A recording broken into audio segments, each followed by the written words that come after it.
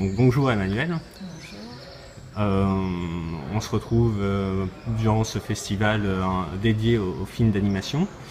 Là, tu t'apprêtes à présenter un travail pour la compagnie Vivement Lundi, qui a été en partie réalisé, si je ne me trompe pas, dans les studios de Personne n'est parfait.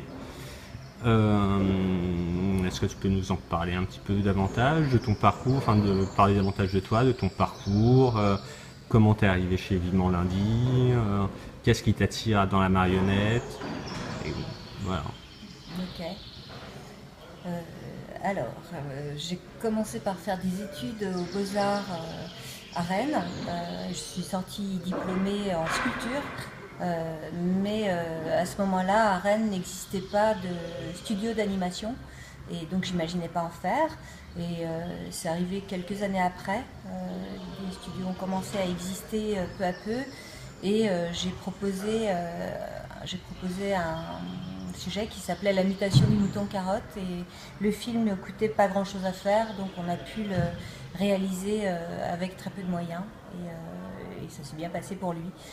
C'était à ce moment-là une technique qui s'appelle le banc-titre multiplan. Donc c'était surtout des petits volumes qu'on bougeait sur une vitre avec un appareil photo qui les photographiait du dessus. Voilà. Donc de la 2D. Non, c'est pas de la 2D. D'accord. Non, c'est pas de la 2D. La 2D pour moi, c'est du dessin animé ou du papier découpé. Là, c'est quand même vraiment du volume. D'accord. Mais des demi-volumes, voilà, sur bon titre multiplan, mais comme on joue sur plusieurs vitres, voilà. Là, je connais pas du tout cette technique, donc en fait c'est quasiment du bas-relief. Oui, ça fait des. Ouais. Oui. Mais en fait, on peut faire une infinité de choses et d'univers avec cette technique qui est beaucoup moins coûteuse que le volume animé sur des plateaux de tournage et qui est super ludique. Voilà. Moi, j'adore ça. Je continue d'en faire. Donc en fait, tu as toujours été attiré par le volume. Je faisais de la sculpture, et j'ai fait de la peinture après avoir fait de la sculpture parce que j'ai commencé par vivre des métiers du spectacle en étant peintre pour le théâtre, puis après un peu peintre pour le cinéma aussi. Du coup, j'associe les deux, j'associe vraiment les deux sur le cinéma d'animation. Oui, c'est normal, c'est une évolution naturelle, c'est juste l'échelle qui change, mais c'est des techniques et un savoir-faire qui est utile dans les deux, sur les deux médias. Ouais.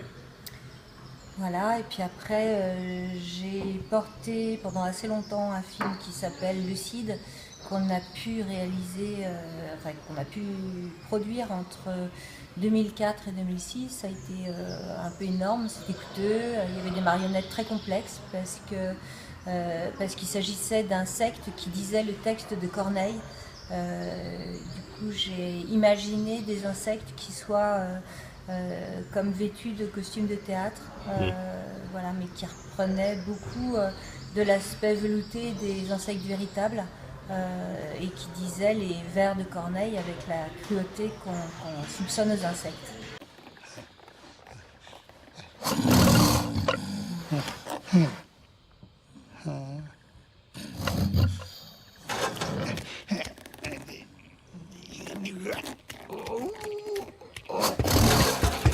Le vieux, c'est Don Diego, le père à Rodrigue.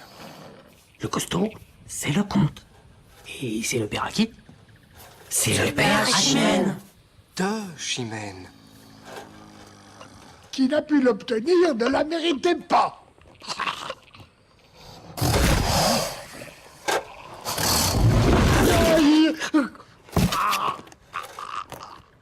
Donc ok, là à ce moment-là, t'enfiles la casquette de scénariste et réalisatrice. Oui, enfin là c'était une adaptation et ça a été, j'étais pas vraiment scénariste à ce moment-là, je pense pas, parce que je me suis un peu coltée à l'écriture plus tard et ça a été un autre travail.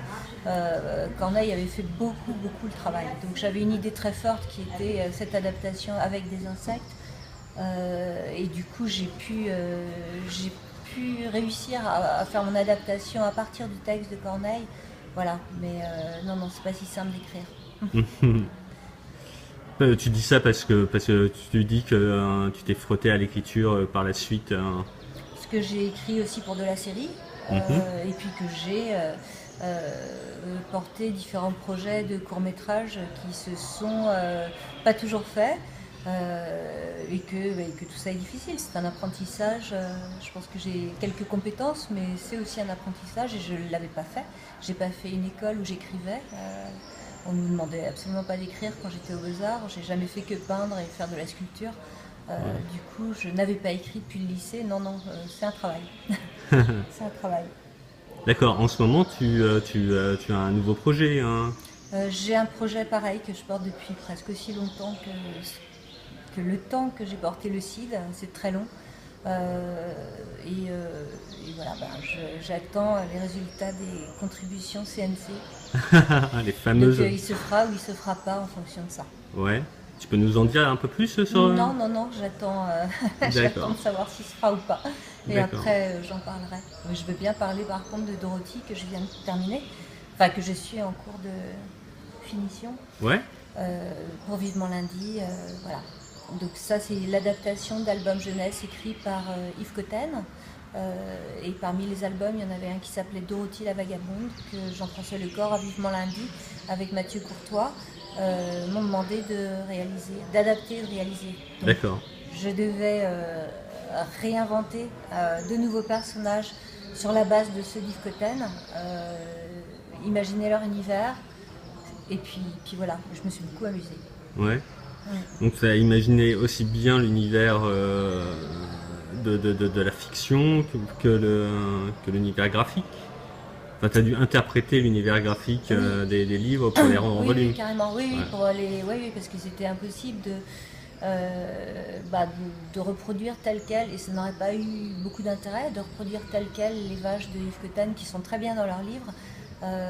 Moi, je devais faire, par exemple, dans le livre, elles sont debout ou elles sont à quatre pattes en fonction de la dramaturgie et de ce qui se passe dans les chapitres. Moi, il fallait que je décide debout ou à quatre pattes, mais pas les deux.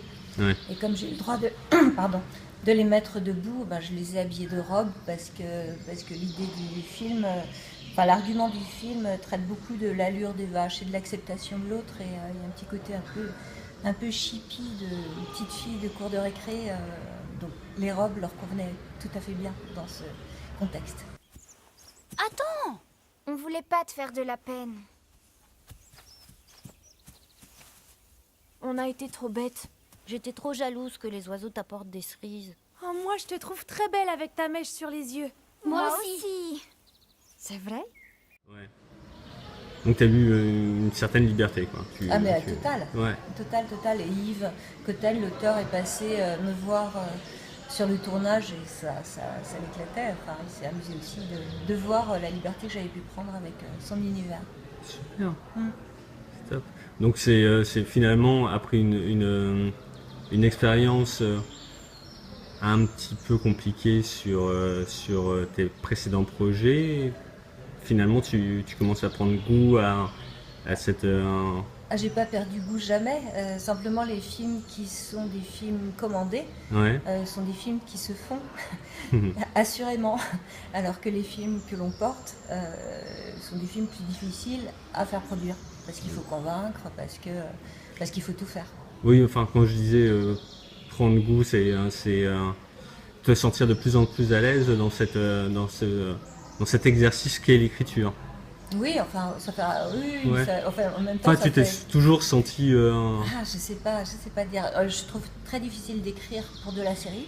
Je trouve plus simple d'écrire pour mes projets, mais ça dépend aussi des projets. Quand les projets sont très intimes, ça peut être extrêmement difficile de savoir les écrire, et là on a vraiment besoin de regard extérieur. Des projets plus légers comme Dorothy la vagabonde, pour moi c'est assez simple à écrire. En plus c'est une adaptation, donc il y a déjà un cadre et une structure. Des béquilles, oui, quelques-unes, mais c'est aussi plus simple. D'accord. Qu'est-ce que tu donnerais comme conseil à un jeune marionnettiste ou une marionnettiste qui se cherche et qui est intéressé par le volume? C'est-à-dire, de quel marionnettiste s'agit-il pour le cinéma d'animation? Ouais. D'apprendre auprès de gens qui savent, Mhm. d'expérimenter, d'inventer soi-même, de s'intéresser à l'animation, c'est-à-dire à comment doit bouger comment doit bouger la marionnette pour que ses rotules et tout ça et tout ce qui la constitue servent au mieux un projet. Voilà. Mhm. Voilà. Et puis de s'approcher des gens qui en font. Ouais. Mais alors, où est-ce que t'as appris tout ça, toi? Moi, je sais pas faire de marionnettes. Hein. Ah, tu sais pas faire Ah de non, pas marionnettes? du tout. Moi, je peux les imaginer. Ouais. Je peux faire un prototype qui peut absolument pas marcher, ni bouger, ni rien faire. Oui, en fait, tu les conçois, J'imagine l'esthétique, la plastique Ouais. d'un personnage. D'accord. Et après, je confie ça à des gens qui savent Qui le faire. savent faire. Là, ce serait vraiment, je saurais faire ça. En plus de ce que je sais faire, je saurais vraiment faire énormément de choses. C'est énorme, c'est un travail, c'est énorme. Je pense que c'est un travail de passion aussi. Je pense qu'il faut tout le temps être à l'affût de tout. Il faut absolument connaître et être très équipé en toutes sortes de techniques. Enfin, je pense que c'est une passion absorbante. Je pense pas qu'on puisse forcément faire les marionnettes, puis adapter, puis réaliser, puis concevoir, puis dessiner, puis c'est beaucoup de choses. Là, tu considères Voilà. que le projet d'une seule personne, ça n'existe pas? Ce serait dommage dans l'animation, franchement. Ou alors sur mon titre multiplan, comme je peux le faire. Ouais. Parce que c'est super léger, parce que j'ai pas d'articulation, ni de rotule, ni de rien du tout. Et là, moi, je m'en sors. Mais faire marcher des marionnettes sur un plateau avec des aimants ou des vis, j'en suis absolument incapable. Ouais. D'accord. Eh ben écoute, merci beaucoup Emmanuel pour le temps que tu as bien voulu nous consacrer. Maintenant on va aller voir ton segment sur Dorothy quoi. la vagabonde. Ouais. Et puis encore merci. Merci.